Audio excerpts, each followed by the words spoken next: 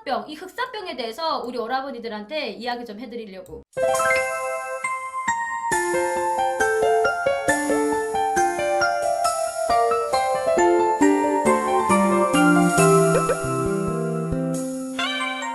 이게 북한에도 흑사병 같은 병이 있어요. 이제 그 쥐병이라고 해가지고 북한은 쥐가 정말 많거든요.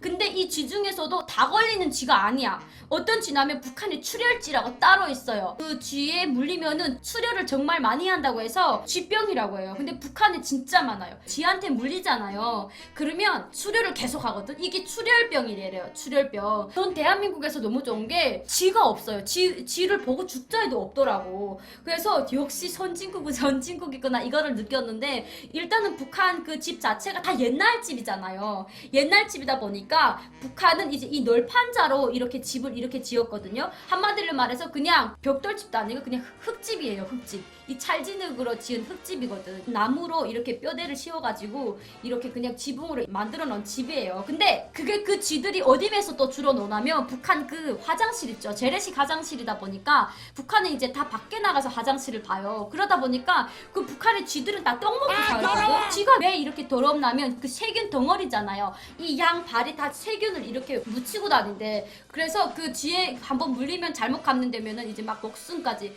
생명까지 잃는 그런 현상이 있다라고 하는데, 그래서 쥐에 물려가지고 정말 폐혈증이 와서 죽었던 사람들도 있고 출혈병에 걸려서 죽은 사람들도 있습니다. 북한 학교를 가보면은 북한 학교에서도 정말 쥐들이 꽁충꽁충 뛰어놀거든. 교실에서. 저는 세상에서 제일 무서운 게 쥐인 것 같아. 제일 더럽게 생겼고 진짜 제일 못생긴 건 쥐예요. 쥐. 흑사병 치사율이 80% 이상이라고?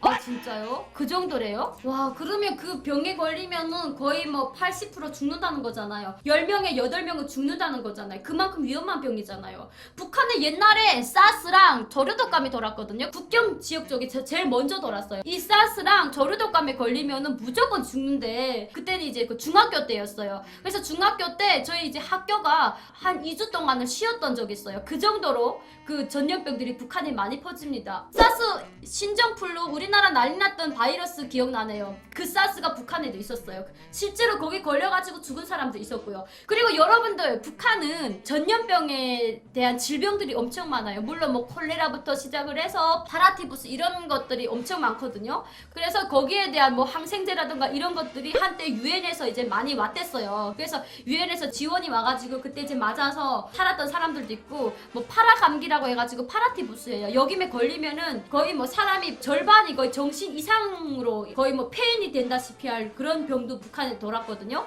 근데 이게 북한 그 체제 자체가 아예 이런 거를 예방접종을 아예 안 시켰기 때문에 그런 병이 많이 돌지 않나라고 저는 생각을 해요. 근데 이게 왜 알려지지 않았냐면, 북한은 절대적으로 북한 내부에서 일어나는 모든 병들에 대해서는 일체 밖으로 새나가지 못하게 다 막거든요. 북한은 정말 뭐 사람이 정말 살기 좋은 나라인데 이런 말도 안 되는 이런 전염병들이 돌면은 어떡하겠어요. 이 전염병들이 많이 돈다고 하더라도 절대적으로 딱 이렇게 차단을 시키고 내부적으로 절대로 알리지 않습니다. 북한에도 이런 흑사병 같은 전염병이 있냐라고 물어봐가지고 제가 거기에 대해서 오늘 이야기하게 됐는데, 쥐병 같은 것들이 많아요. 일단 물리면은 그냥 끝나는 거야. 물리면은 무조건 이건 고치는 방법이 없어요. 제가 북한에 있을 때 우리 동네가 정말 쥐가 많거든요. 그래서 그 북한에서는 이제 강경병이랑 쥐병을 제일 무섭게 생각을 해요. 제일 가족이었는데 그 집의 딸이 출혈쥐한테 물려가지고 쥐병만 나가지고 이제 며칠도 못 살았던 것 같아요. 그래가지고 이렇게 죽었거든요. 그때 그쪽에다가 이렇게 막 격리를 시켜놓고, 그리고 그쪽에는 못 가게끔 막 이렇게 했던 적이 있어요. 근데 이게 전염병이라는 게 너무 심각한 거지.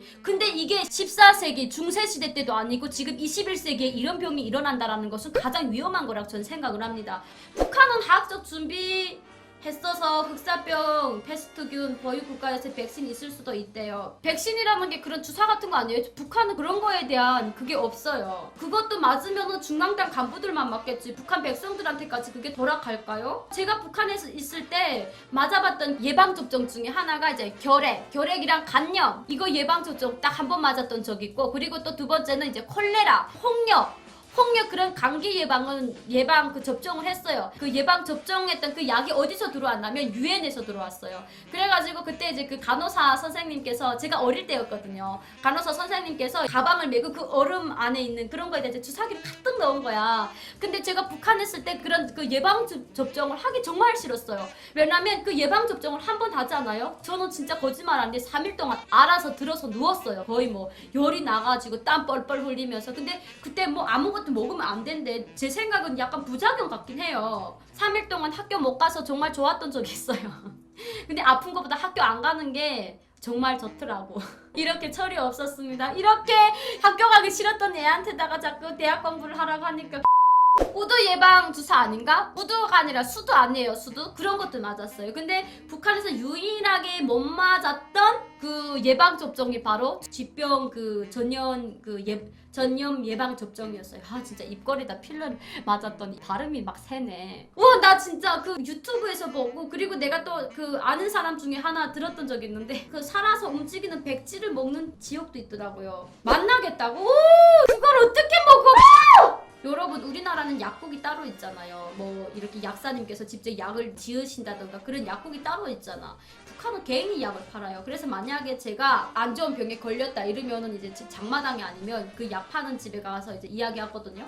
아, 저 이런 병에 걸린 것 같아요. 이러면 그쪽에서 이제 주는 약이 페니실린 아니면 마이시린 아니면 아드로핀. 그래서 그런 걸 그냥 대충 알아서 맞고. 자, 오늘 그래서 여러분들 제가 여기까지만 여러분들한테 이야기해드릴게요. 북한에도 이런 그 흑사병, 쥐병 같은 것들이 이렇게 돌았다. 근데 이게 내부로 절대적으로 못 나오게끔 이렇게 차단을 했을 뿐이다. 그래서 여러분들한테 이 정도까지만 제가 알려드리겠습니다.